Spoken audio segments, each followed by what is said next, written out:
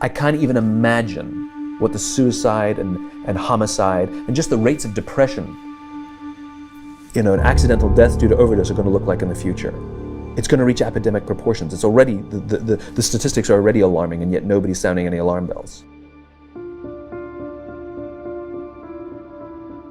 Digital dementia. This is a real medical term right now.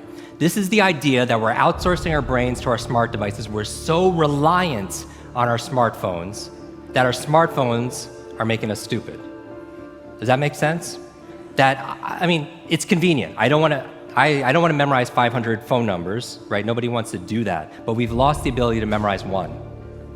Like if I give you a 7-digit number now, how difficult? Would you find that kind of difficult to memorize, like a phone number that you used to do years ago? Yes or yes? Because if I take my arm and I put it into a sling for 6 months, does it stay the same? Would it even grow stronger? It would what? It would atrophy and grow weaker. Same thing with your mental muscles. If you're relying on your phone to keep your schedules, your to-dos, I went out to dinner with 10 people recently. There was 10 of us. And 3 people at the end pulled out their phones to divide the bill by 10. We've lost the ability to be able to do certain things, and so that's where digital dementia is. Smart devices could be extremely convenient, but they could be crippling also. So it could be a balance. Can I borrow someone's phone, please? Anyone? Thank you.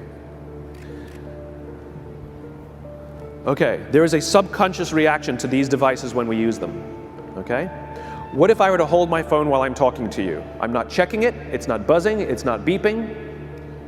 I'm nothing, I'm just holding it. Do you feel at this moment that you are the most important thing to me right now? No, you do not. Because there is a subconscious reaction we have to the device. When it is out, it makes the people around us feel that they are less important. So when we're walking down the halls in our offices and somebody says, hey boss, can I ask you a question? You go, sure, what's on your mind? We've just told them they're not that important.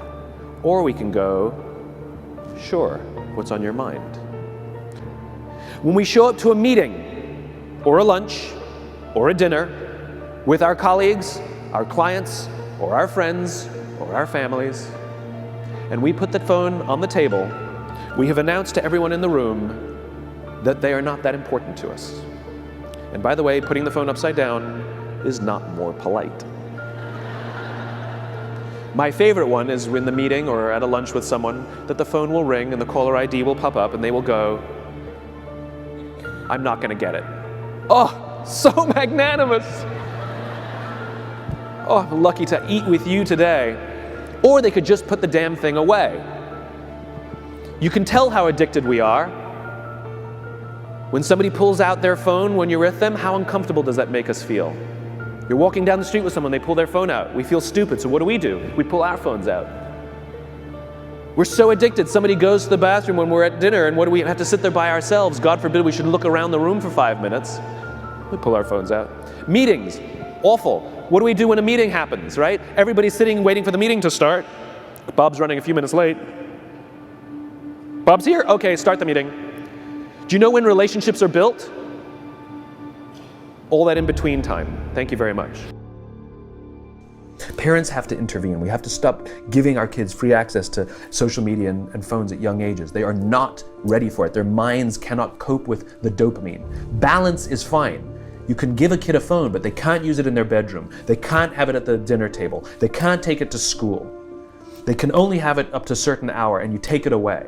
They're children. You can take the phone away. We've got to intervene as parents. But as companies, we now have to deal with the influx of kids that are coming into our companies with addiction. Watch, I see it all the time. Walk through any office.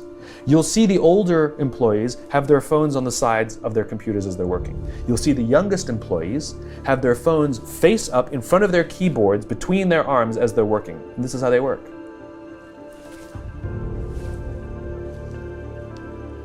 And the science is alarming.